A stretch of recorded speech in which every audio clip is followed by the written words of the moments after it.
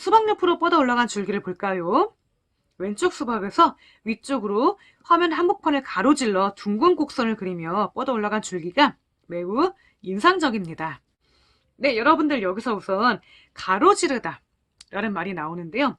어떤 뜻일까요? 가로지르다라는 거는요, 어떤 것들을 지나다, 통과하다 이런 느낌의 말입니다. 예를 들어 운동장을 가로질러 가다 한번 그림으로 표현해 볼까요? 이렇게 운동장이 있는데 그냥 가는 게 아니라 한쪽으로 가는 게 아니라 뭐 이쪽으로 이렇게 가는 게 아니라 복판을 이렇게 가로질러 가다 뭐 이런 식으로 갈 때 우리가 가로지르다 이렇게 이야기를 하죠. 그쵸? 여기에서는요 화면의 한복판을 이 줄기가 가로질러 올라간다고 이렇게 이야기를 했습니다. 그쵸? 그 다음에 이 글쓴이는요 그 모습이 매우 인상적이라고 이야기를 합니다. 네, 인상적이라는 말 어떤 뜻일까요? 여러분들 이 말 많이 나오거든요. 인상적인 것. 여러분들 이럴 때 많이 쓰여요. 어떤 글을 읽고 인상적인 부분을 표현해 봅시다. 말해 봅시다. 어떤 그림을 보고 인상적인 부분을 말해 봅시다. 네, 무슨 말일까요? 내 마음에 와 닿다 그런 말인데요. 강하게 와 닿다. 그러니까 내 마음에 와닿는 걸 한번 찾아봐라 그 이야기인데 그냥 와닿는 게 아니라 강하게 아, 이 부분 정말 멋지다. 이 부분 정말 최고야. 이런 생각이 드는 부분을 찾아봐라. 그런 얘기죠. 그쵸? 이 글쓴이는요. 이 줄기가 매우 인상적이었던 모양이에요. 수박줄기 위로는 예쁜 나비 두 마리가 아름답게 날갯짓을 하고 있어요. 붉은 나비와 호랑나비인데 모두 사실적으로 묘사되어 있군요. 나비의 색깔이 서로 대비를 이루어 인상적입니다. 네, 여기에서도 인상적이라는 말 나오고 있네요. 그쵸? 먼저 사실적이라는 말. 사실적이다 이거는요. 있는 그대로를 나타낸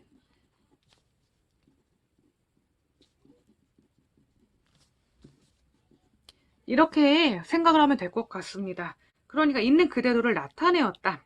사실적이다. 이렇게 우리가 이야기를 하고요. 여기서는요. 이 그림이 정말 있는 그대로 잘 표현이 되었다. 이런 얘기죠. 묘사하다라는 거. 어떤 말일까요? 네, 여러분들 묘사하다라는 거는요. 나타내다, 표현하다. 이런 말인데요. 특히 그림이나 글로 나타내거나 표현할 때 우리가 묘사한다고 이야기를 합니다. 신사임당은 그림을 통해 나비나 수박 이런 것들을 사실적으로 묘사했죠. 표현했죠. 근데 나비의 색깔이 서로 대비를 이룬다고 했는데요. 이때 대비를 이룬다는 말. 뭔가 서로 반대된다. 이런 이야기입니다. 반대된다니 어떤 뜻일까요? 여기서는요. 나비의 색깔이 서로 대비를 이룬다고 했죠. 반대된다. 왜 그러냐면은요. 여기 나비를 보면은요. 한 마리는 붉은 색깔, 한 마리는 희고 검은 색깔인데요. 네, 이 두 색깔이 확연히 다르고 반대된다. 이런 뜻입니다. 그러니까요. 다른 말로 하면은 확연히 눈에 띄게 다르다. 이런 말이죠. 이제 아래쪽으로 시선을 옮겨 수박을 자세히 들여다보죠. 그랬거든요. 먼저 시선이라는 말. 요거는요. 눈이 가는 방향을 말합니다. 그러니까 여러분들이 눈을 옮겨서 이쪽을 봅시다. 그런 얘기죠. 수박을 봅시다. 수박의 껍질이 요즘 보는 수박과는 다르지요. 조선시대 사람들이 먹었던 수박은 아마도 표면이 이러했던 모양입니다. 같은 땅에서 나온 수박인데도 시대가 흐르면서 그 모습이 바뀌었다는 사실이 참 흥미롭습니다. 당시 사람들은 수박이 아이를 많이 낳는 것을 상징하고 나비는 화목과 사랑을 상징한다고 생각했습니다. 네, 여러분들 여기에 상징이라는 말이 나오거든요. 네, 어떠한 뜻일까요? 상징하다. 이것도요, 쉽게 말하면 나타내다. 이런 말인데요. 그냥 아무거나 나타내는 게 아니라 뭔가 속뜻을 나타내는 걸 말합니다. 그러니까 겉으로 봤을 땐 뭐예요? 수박이죠. 하지만 그때 당시 사람들은요. 수박에 어떤 의미를 부여했어요. 그러니까 수박을 보고 아이를 많이 낳는 것을 생각했잖아요. 겉으로 드러난 모양이 아니라 속뜻 이런 것들을 나타내는 것을 상징한다고 이야기합니다. 그쵸? 그리고 또 다른 말로 하면은 의미하다. 이것도 비슷한 뜻이 될 것 같네요. 그래요. 그리고 화목이라는 말. 나비는 화목과 사랑을 상징한다고 했는데, 한마디로 의미한다고 했는데, 이 화목이라는 말, 무엇일까요? 네, 쉽게 말하면 사이좋게 지내는 것. 네, 사이좋게 지내는 것을 의미하고요. 보통 가족이 화목하다 이렇게 많이 쓰이죠. 친구들끼리 화목하다 이런 것도 말이 되긴 합니다. 그런데 보통은 가족이랑 어울리는 말이라는 거, 이렇게 어울리는 말도 알아두면 좋습니다. 그렇다면 이 그림 속의 수박과 나비는 아이를 많이 낳아 서로 행복하게 잘 살아가길 바라는 마음을 담고 있는 것으로 생각할 수 있겠지요.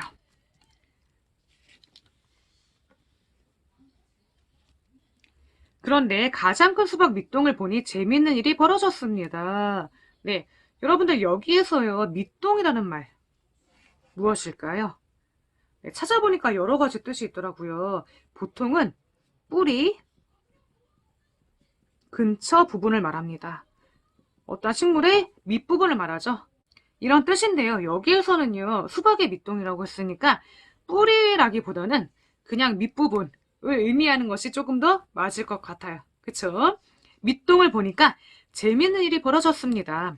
작은 쥐들이 커다란 수박을 열심히 파먹고 있는 게 아니겠어요. 수박 껍질을 뚫어내고 수박씨를 먹고 있는 모습입니다. 그래서 수박의 붉은 속과 씨들이 그대로 드러나 있습니다. 참 재미있는 풍경입니다.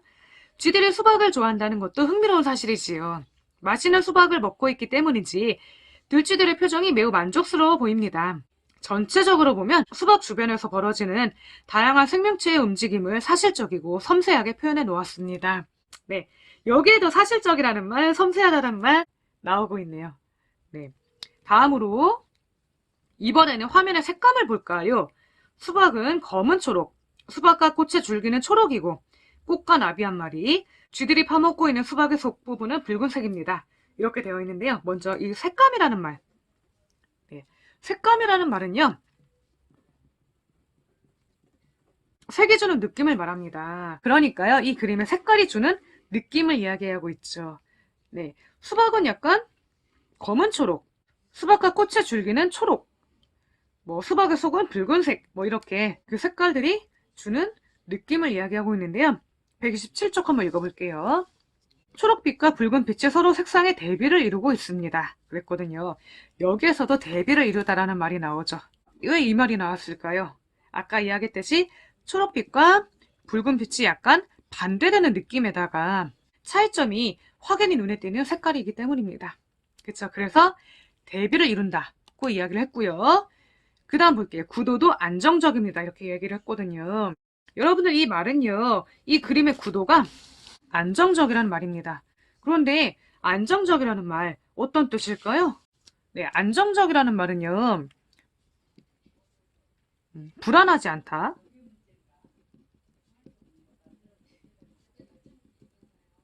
편안하다, 네, 균형이 잘 맞다,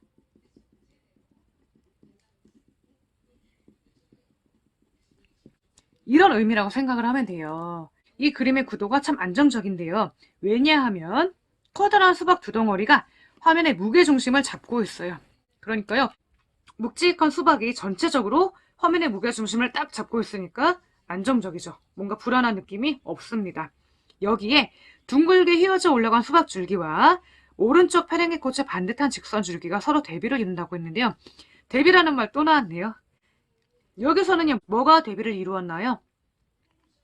네, 둥글게 휘어져 올라간 수박 줄기와 반듯한 직선 줄기가 뭔가 약간 반대되는 느낌이죠. 확연히 다릅니다. 이 그림에서 보면은요, 이렇게 휘어져 올라간 줄기와 직선 줄기, 반대되는 느낌이죠. 확연히 다릅니다. 이것들이 대비를 이룬다고 했죠.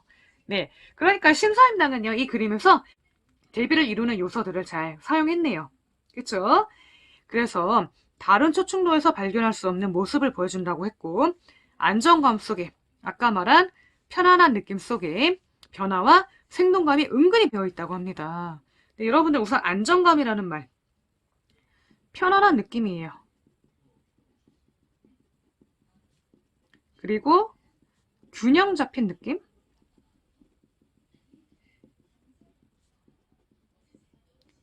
이런 것들을 말하고요. 그 다음 변화라는 말과 생동감이라는 말 약간 반대입니다. 변화는 어때요? 변하는 것, 바뀌는 것, 이런 것들을 말하죠. 그러니까요, 안정감이 있으면서도 변하는 것들이 있다. 그쵸? 그 다음에 생동감도 있다고 했는데요. 생동감은 살아 움직이는 느낌을 말합니다. 그러니까요, 여러분들 지금요, 이 안정감이라는 말과 변화와 생동감은요, 반대되는 뜻이에요. 네, 그쵸? 신사임당은요, 안정적이면서도 변화와 생동감을 은근히 주었다고 했습니다. 은근하다는 말. 여러분들, 은근하다는 말은요, 드러나지 않게 살짝, 드러나지 않게 살짝이라는 말입니다. 그러니까 안정감을 기본으로 주고 너무 티나지 않게 살짝 변화와 생동감을 은근히 준 거죠. 그쵸?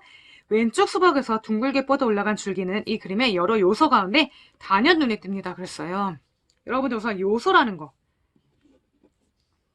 어떤 말일까요? 네. 지금 여기에 이 화면을 구성하고 있는 여러 가지 하나하나를 말하는데요.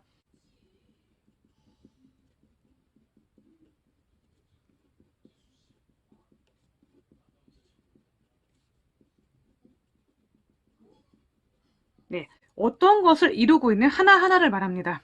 그러니까 이 그림에서 나와 있는 하나하나.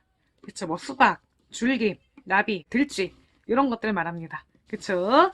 이런 요소 가운데 단연 눈에 띈다고 했죠. 이 단연이라는 말은 그럼 무엇일까요?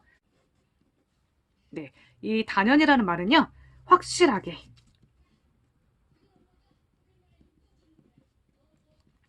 두말할 것 없이,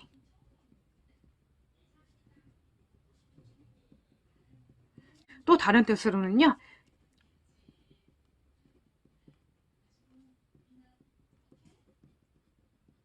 네. 확실하게, 두말할 것 없이, 단정 지을 만하게 이런 뜻입니다. 네. 그러니까 확실히 눈에 띕니다. 두말할 것 없이 눈에 띕니다. 단정 지을 만하게 눈에 띕니다. 이런 뜻이거든요. 그런데 이 단연이라는 말은요. 이 뜻도 중요한데 언제 쓰이는지를 알아야 해요. 여기에서는요, 지금 이 단연 눈에 띈다라는 말은요, 가장 눈에 띈다는 뜻이에요. 보통 요럴 때 많이 쓰입니다.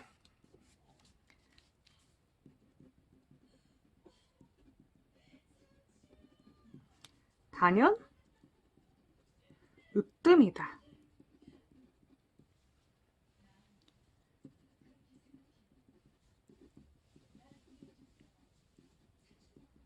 보통 이런 말들과 어울려 쓰여요. 그러니까 단연 최고입니다.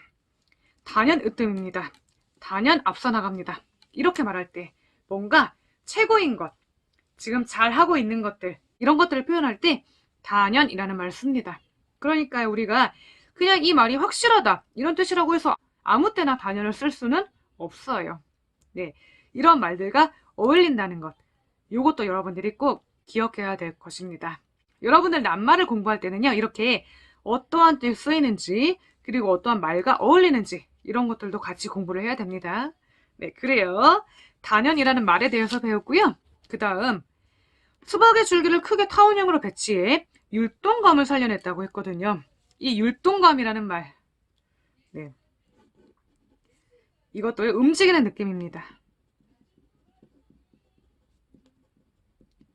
그런데 어떤 움직임을 말하냐면요.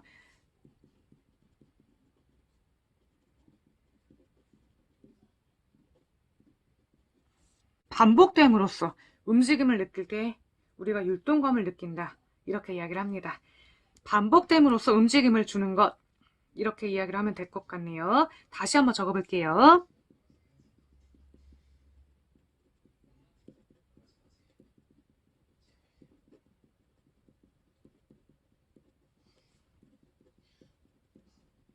네, 이렇게 반복됨으로써 움직임을 주는 것.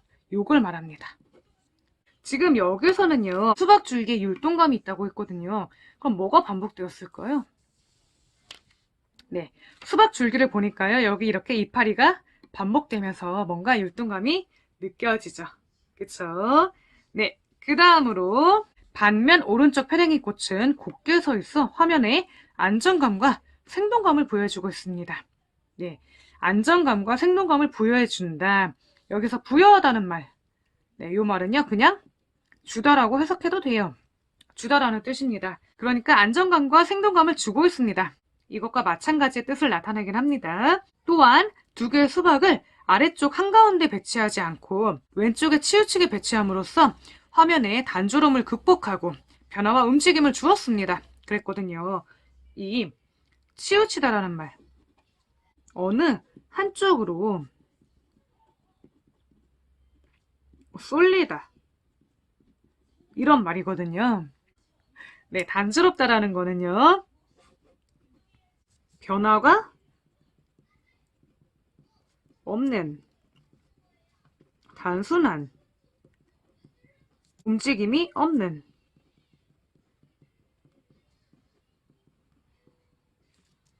이런 뜻을 가지고 있습니다. 그렇기 때문에 너무 이렇게 단조로운 거, 너무 변화가 없는 것들, 이런 것들을 극복했다고 합니다. 극복은요, 이겨내다. 이런 말이에요. 네, 그러니까 너무 이렇게 단조로울 수 있었는데 이런 것들을 이겨냈다고 하는 거고요. 또 다른 의미로 말을 하자면 단조로움에서 벗어났다. 이렇게 생각을 해도 좋을 것 같습니다. 이것이 바로 심사임당이 화가로서 지닌 재능과 감각이라고 할 수 있겠지요. 네. 여러분들 이렇게 우리가 글을 읽고 어려운 낱말 찾아보았는데 어땠나요? 네, 이 글이 조금 어려울 수 있거든요. 그런데 이해가 조금 됐는지 모르겠네요. 네, 여러분들한테 큰 도움이 됐길 바라면서 이번 시간은 여기서 마칠게요. 다음에 기회가 된다면 또 이렇게 같이 한번 공부하는 시간 마련하면 좋을 것 같네요. 네, 그래요. 그러면 안녕.